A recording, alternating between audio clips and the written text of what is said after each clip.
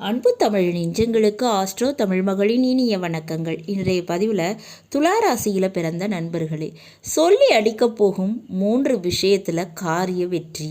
திடீரென உச்சமடையக்கூடிய குரு பகவான் சற்றும் எதிர்பாராத திருப்பங்கள் உங்கள் விருப்பமாகவே நிறைவேறப் போகுதுங்க. இன்றைய பதிவில் குரு பகவானுடைய அதிசார உச்ச பெயர்ச்சியின் பலன்கள் குறித்து தான் பார்க்க போகிறோம். பதிவினை முழுமையாக பாருங்கள். பதிவு பிடிச்சிருந்தால் லைக் பண்ணி கமெண்ட் பண்ணி மற்ற நண்பர்கள் உறவினர்கள் பயன்பெற அவங்களுக்கும் ஷேர் பண்ண மறந்துடாதீங்க. இதுவரை நம்முடைய ஆஸ்ட்ரோ தமிழ் மகள் சேனலை சப்ஸ்கிரைப் பண்ணாத நண்பர்கள் சப்ஸ்கிரைப் பண்ணி கூடவே தெரிகிற பெல்லைக்கான கிளிக் பண்ணி ஆல் ஆப்ஷன்ஸும் செலக்ட் பண்ணி வச்சுக்கோங்க. துளாராசியில் பிறந்த நண்பர்களை, உங்கள் ராசி அதிபதி சுக்கிர பகவான் அசுரர்கள் குரு அப்படின்னா தேவர்களின் குரு யார் அப்படின்னு பார்த்தா பிரகஸ்பதிங்க. அவர் உங்கள் ராசிக்கு 3ஆம் வீடான தனுசு ராசிக்கும் 6ஆம் வீடான மீன ராசிக்கும் அதிபதியாக இருக்கக்கூடியவர். 3க்கும் 6க்கும் உரியவர் 9ஆம் வீடான மிதுன ராசியில் அமர்ந்திருக்காரு. 5ஆம் பார்வையாக அவர் உங்களை பார்த்துட்டு இருக்காருங்க. எதிரியின் தொல்லை இல்லை அப்படின்னு சொன்னாலும் அவர்களால் மறைமுக பிரச்சனை இல்லைன்னு சொல்ல முடியாதுங்க. அது இருந்து கொண்டு தான் இருக்கும். கடன் பிரச்சனை மறைமுகமாக இருக்கும், நோய் பிரச்சனை மறைமுகமாக இருக்கும். அப்படி எதிரி கடன் நோயை கொடுக்கக்கூடிய குரு பகவானுடைய பார்வை உங்கள் மீது இருக்குதுங்க. ஆனால் குரு பார்க்க கோடி நன்மைன்னு சொல்லுவாங்க. அதனால தான் பெரிய அளவு பாதகங்கள் ஏற்படுவதில்லைங்க. அதனால் பயம் தேவையில்லை. இந்த நேரத்தில் குரு பகவான் அதிசாரமாக பயிற்சி அடைகிறார். 2025ஆம் ஆண்டு அக்டோபர் மாதம் 18ஆம் தேதி இது நடக்க போகுதுங்க. மிதுன ராசியில் இருக்கக்கூடிய குரு பகவான் கடகராசிக்கு பயிற்சி அடைய போகிறார்.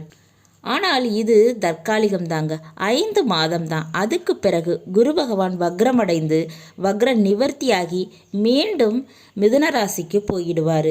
ஆனால் இந்த 5 மாதத்தினை நீங்கள் சரியாக பயன்படுத்தி கொண்டால் உங்களால் முடிக்க முடியாத சில காரியங்களை முடித்து கொள்ள முடியும். வெற்றிகள் பல விஷயத்திலும் கிடைக்குங்க. அப்போ இதை மிஸ் பண்ணலாமா? மிஸ் பண்ணக்கூடாது. இந்த வாய்ப்பினை பயன்படுத்திக்கோங்க. முதல்ல இந்த குரு பகவான் அமரக்கூடிய வீடு கடகராசி 10ஆம் வீடுங்க. தொழில் ஸ்தானம் கர்மஸ்தானம்னு சொல்லுவாங்க. அப்போ நிச்சயமாக துளாராசியில் பிறந்தவங்களுக்கு தொழில் விஷயத்தில் சொல்லி வைத்தால் போல ஒரு கான்ட்ராக்ட், புதிய ஒப்பந்தம் கிடைக்குங்க. புதிய பார்ட்னர்ஷிப் கிடைக்கும். தொழிலில் எதிர்பாராத லாபம் கூட கிடைக்குங்க. தொழில் ரீதியாக பதவிகளும் பதவி வாய்ப்பும், தொழிலுக்கு உரிய இடமாற்றம், தொழிலுக்கு உரிய பொருட்களை வாங்கிறது, புதியதாக தொழில் தொடங்குவது, புதிய பிரான்ச்சஸ் ஆரம்பிக்கிறது என இந்த மாதிரியான நல்ல விஷயங்கள் நடக்குங்க. எப்படினாலும் தொழில் ரீதியாக மாற்றம் உண்டு. இது தொழில் ரீதியாக மட்டும்தானா அப்படின்னு கேட்டால் இல்லைங்க, வேலையிலும் பொருந்தும்.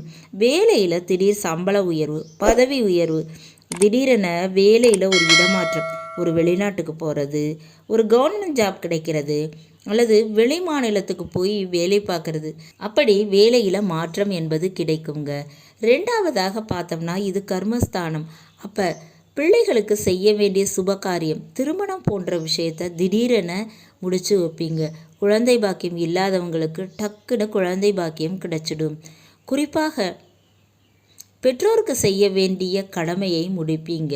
பிள்ளைகளுக்காக, பெற்றவங்களுக்காக வீடு மனை வாங்கக்கூடிய யோகம் இருக்குங்க. கார் வண்டி வாகனம் வாங்கக்கூடிய யோகமும் இருக்குது. 3வதாக பார்த்தோம்னா குரு பகவானுடைய பார்வை விலகுதுன்னு பார்த்தோம்.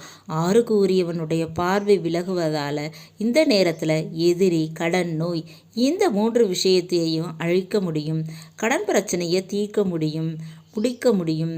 நோய் பிரச்சனை தீரும், எதிரி பிரச்சனை ஒரு முடிவுக்கு வரும். அப்போ எப்பேற்பட்ட கோர்ட்டு கேஸு பிரச்சனை, நோய் பிரச்சனை, கடன் பிரச்சனை இருந்தாலும் அதனை சரி பண்ணிக்க முடியுங்க.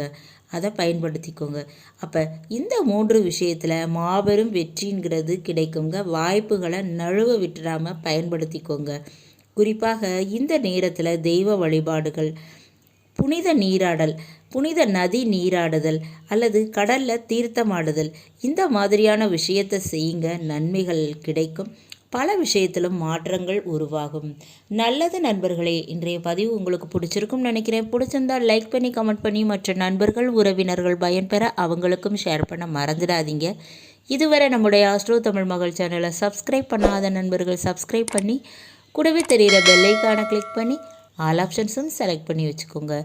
மீண்டும் நல்லதொரு வாய்ப்பினில் உங்கள் அனைவரையும் சந்திக்கிறேன். அதுவரை ஆஸ்ட்ரோ தமிழ் மகளின் அன்பு கலந்த வணக்கங்கள். நன்றி.